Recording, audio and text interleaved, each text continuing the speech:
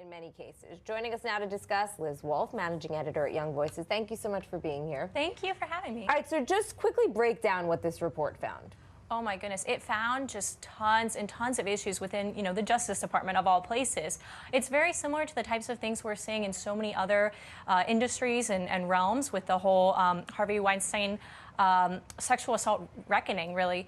And it's been absolutely nuts. I mean, they had complaints of male employees stalking female employees, male employees spying on women who were breastfeeding, yes, who were pumping in their offices of all places. Completely inappropriate, completely absurd workplace interactions.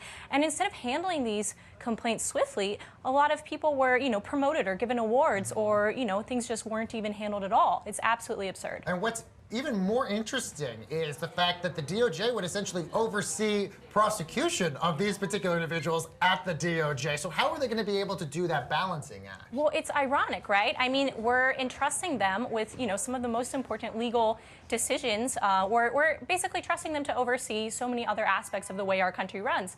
And the fact that they can't seem to do this on their own is absolutely amazing to me. So are they making any changes to improve this? They say they are, but it's kind of tough. It seems like it's only now that, we're really looking at this in a new light. It's only now that we're really paying attention to it that these things are actually coming out. So I hope that things improve and things change, but I'm not super optimistic. Okay, so piggybacking off of that, I mean, with the Me Too movement, this all essentially started with Harvey Weinstein. Mm-hmm. It was the domino effect that changed politics, the entertainment industry, sports, everything. Is there a sense now that because more women are coming forward telling their stories of things that they've encountered throughout their life, that we're moving in a way, moving towards a good trajectory of things getting better? Or is there still just everybody sharing stories and nothing's changing? I think things are getting slightly better. I think 2017, especially the past few months, have been a really, really, really good year for women in the workplace. I think the fact that we can talk about these things really openly, the fact that we're talking about it right now is super important. But I do fear that in 2018, we're going to begin to see a little bit of backlash. Since there have been so many people coming forward with various grievances, some of which are very serious, some of which are slightly less serious, we're going to see some perhaps innocent men that have been dismissed from, their jobs. And I think people are going to begin to come forward and talk about, okay, what if this innocent person has been accused? And I think I don't exactly, want that to happen. I don't want there to be that sort of backlash, but I do think we're going to see that in 2018. Do you think it's really so interesting? Like, you have to think it is sort of a pendulum, right? It goes one way and it swings the other.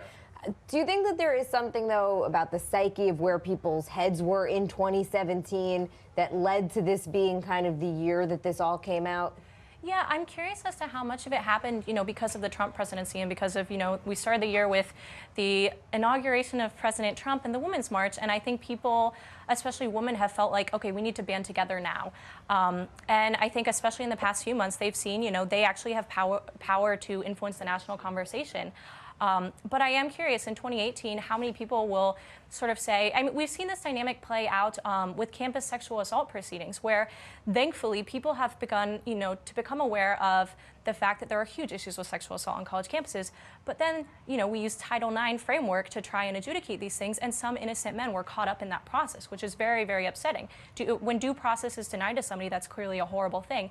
I think we're going to see that same backlash happen in 2018, with some innocent men perhaps saying, hey, these women were lying when they accused me, and people are going to, respond to that. But I hope that doesn't completely invalidate this really important moment where we're realizing, women need to be treated better in the workplace. Yeah, it is. It's such an incredible moment, and especially when you think of just how quickly it happened, right? It just seems like every day for a while we were hearing more, more stories. So we'll see what next year brings. Thank you so much. Thank you. Liz Wolfe, managing editor at Young Voices. Thanks again for being here.